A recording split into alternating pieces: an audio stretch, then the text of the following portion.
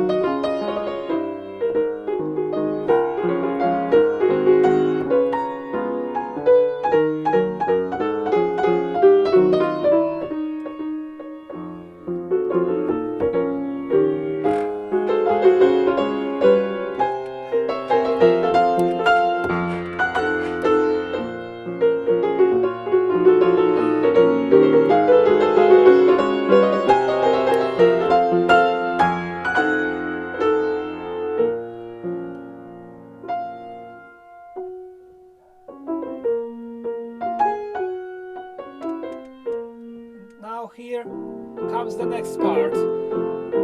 Maybe I stop here and I explain the first part. So, well, first of all, the beginning, immediately we feel it's an introduction. The introduction which brings us to the mood, well, not really very good mood. It's the mood of suffering, of missing something, sadness, impression of being lost. Listen.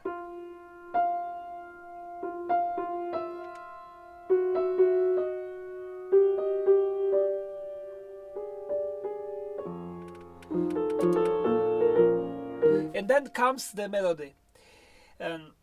But as I said before, this is a special mazurka. And what is so special about it? Of course, we can say every piece of music is special, right? But this is really special. And especially because we can look at it on many different, from many different angles. And we can focus on many different things. And there are actually two layers in this mazurka. One layer which we is what we hear, and another one is what is written. And what is written we don't really hear so much, but it's extremely important. You know, when I was analyzing this mazurka first time and I experienced that, and I discovered all of that, I was like, wow, that's such a genius piece, and it was such a genius composer that you would never imagine. And now I try to explain it to you in a very simple way, as simple as I can. To understand this meaning, we have to know a little bit about Chopin biography and what was going on during that time when he was more or less 24, 25, 26 years old. Well, that time, about his love life, of course. He had a love of his life. She was far away, but she loves him, he loved her, and they got together, they got engaged. But her mother, her parents also loved Chopin very much. But they were a little bit afraid that Chopin is not a good man for their daughter, even though they loved him as a person, as an artist, as a Polish. But he was very sick. He was an artist. He was a pianist. He was mentally not stable and extremely sick. Excuse me, at that time. So they were hesitating. But the main problem was that they were apart. They were not living together, and in fact, well, Chopin was always thinking whether it's possible or not. And she got letters, then he got happy. Then when he didn't get letters, then he got a little bit more sad. And he was always had this feeling that hesitation, will it come true or not. You have to know that at that time for Chopin, the biggest dream, apart from the independent Poland, was to get married. To get married, to have family, maybe kids, and that's how he grew up in this family atmosphere, and he wanted to have it himself. Well, and this is exactly the time. And now what we have here, now I show you how it's written. I change the camera so that we can see how this introduction is written.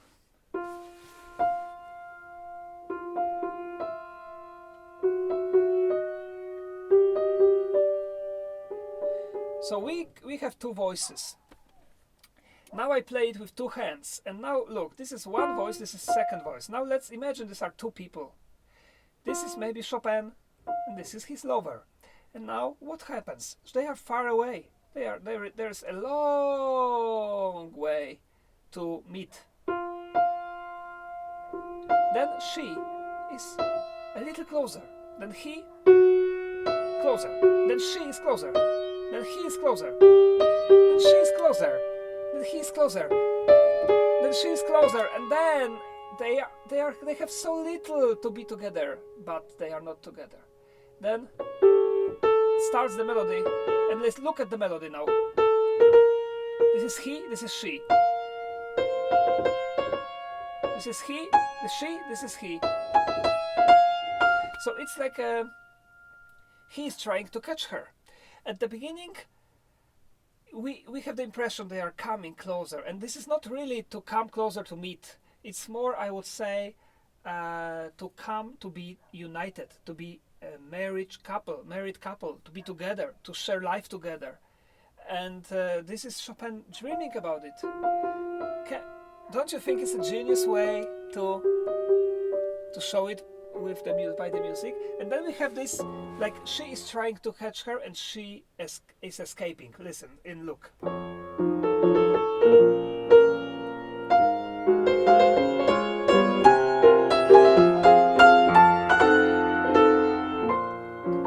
To some big drama, then it goes back, and then again he tries to catch her. So it's like he's trying to catch his dreams.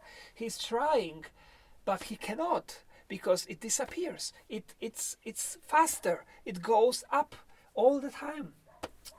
And of course, when we listen to it, we only hear this.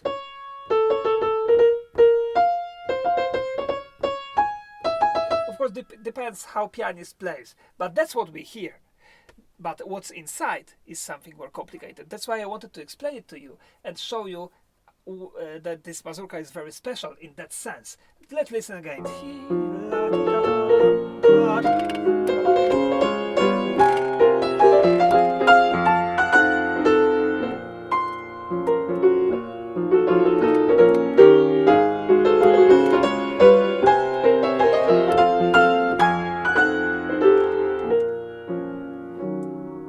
Okay, and then we have another moment when suddenly the world is changing. We come into more happy dance, like it's a Mazur dance. Here it comes to the top, and then from here scherzando, which means joking, we go down.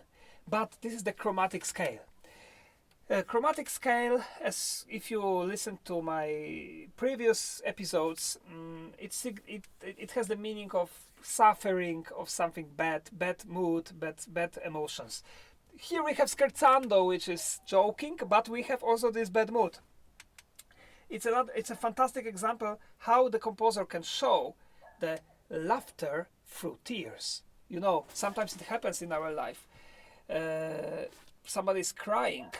But then, well, we can try to make him or her laugh, and then she's crying and laugh. It happens to me many times because I'm a person who always tries to cheer up people who are crying, and very often I try to make them laugh, and sometimes I succeed, and then we have the tears and laughter, and this is exactly what we have here.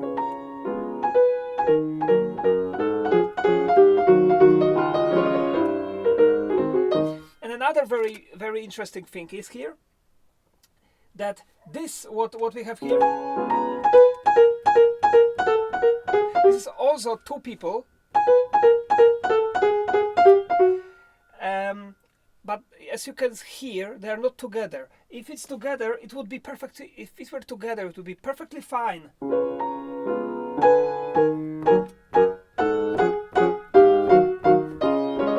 But Chopin doesn't write like this. So it has a meaning, it has a symbol. The symbol is, this time he is going down and she is trying to catch him. But they are never together. So they are not. Listen and look how it's written. I show you again with two hands.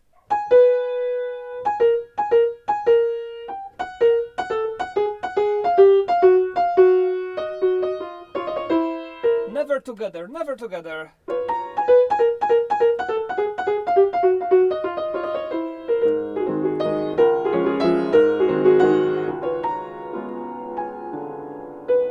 And so on, and so on. And then we come back to the beginning.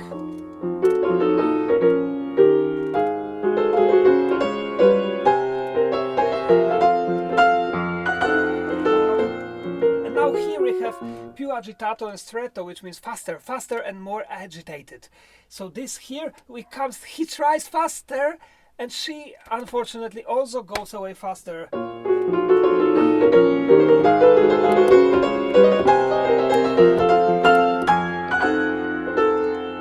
And everything finished, and then we have New World. Here we have another example of something which I said before, that unites the whole opus 24. I mean the dialogue. Well, in this mazurka we have dialogue all the time, but here is a very special dialogue which we have between woman and man. This is a woman, and it's probably one woman very far away. Well, no wonder. And then a group of men. It's another symbol, but also Chopin took it from Polish folk music. Very often folk musicians play like this, that the group of women sings something, usually asking questions, then a group of men answers. Here we have one woman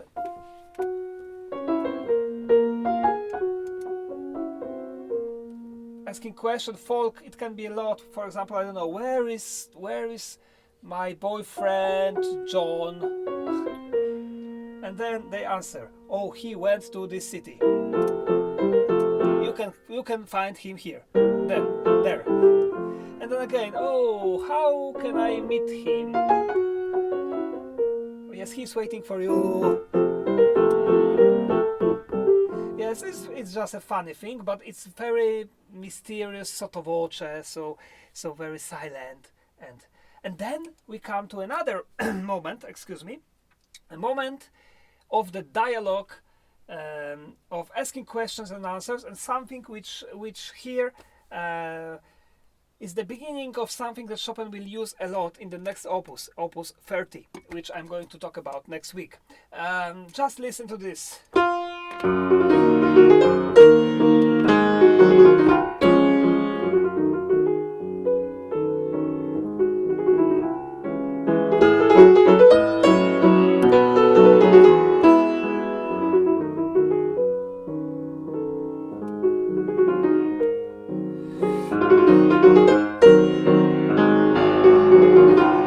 So we can hear very loud and very silent, very loud and very silent. This is something, as I said, Chopin will use in the next opus 30, a lot in every mazurka, when there's something that is like a secret, a key of understanding this opus. Here we have this as another symbol of two people, a man and a woman, and we can actually understand it in two ways. Just listen. One way is very obvious. This is the way that the man is forte, so loud, and the woman is silent, answering, and the woman is sad, the man is not. Listen.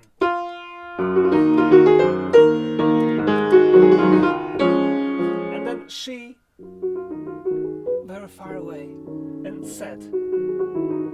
Can you hear that she is sad? This is the same melody. And Chopin is changing just 2 notes to make it sad, and it's so fascinating. So we have he and then she. And again he. And again she. So this is one way. And another way is different and not so obvious. What I mean is that we can imagine that this is one person asking a question, and then another person is answering, and then the same thing happens but very far away.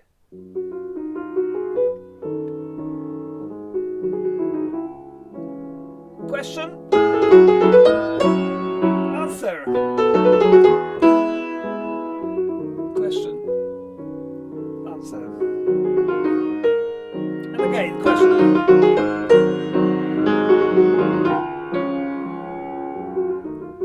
question and answer. So it has a huge meaning. I mean, a very, very important meaning. This something that is very real, and at the same time, a second later, it's completely not real. We will have a lot of it in the next beautiful Opus 30. It's just so deep, and I think it's a kind of thing that we have to try to guess what Chopin really had in mind. But we will never be fully true because we don't really know. And after this dialogue, we come to the beginning, and then the beginning brings us to the Coda, to the ending of the Mazurka, which, when we hear it for the first time, we think, oh, that's a completely new melody, completely new piece. It's completely new.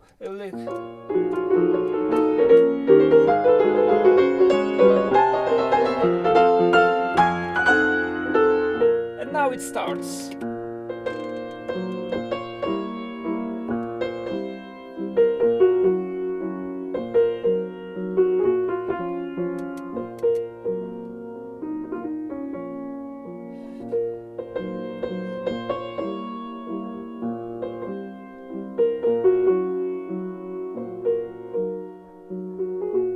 Sad melody, but is this melody really new?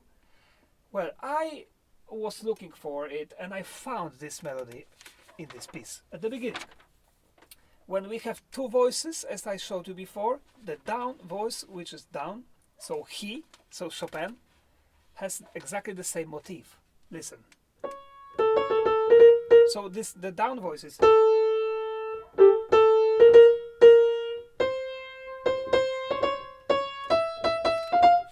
tam tam ta da tam pam, and now what we have here is exactly the same.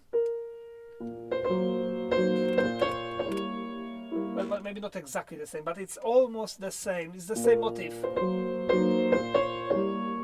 So this for me has a meaning that now Chopin is completely alone and lost the hope. He lost the hope to fulfill his dreams. He thinks, oh, I will never have a family.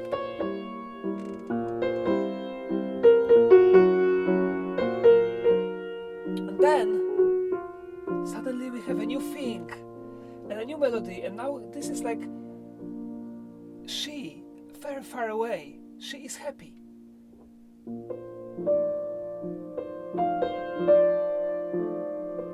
But this is Chopin thinking about her with tears in his eyes. Oh, yes, probably she's so happy with another man and with her parents, and I'm here in Paris. And now we go back to the beginning, to the same motif which was at the beginning. So it's Chopin, but I'm here in Paris completely alone. Well, of course, emotionally alone, because Chopin was never alone. Well, maybe not never, but he was not really alone. He had a lot of meetings, lessons, friends, but not really true friends, and he felt pretty lonely. So we have here this, oh, she is there, and I'm here, alone. And now this is the fate in the bass, fate.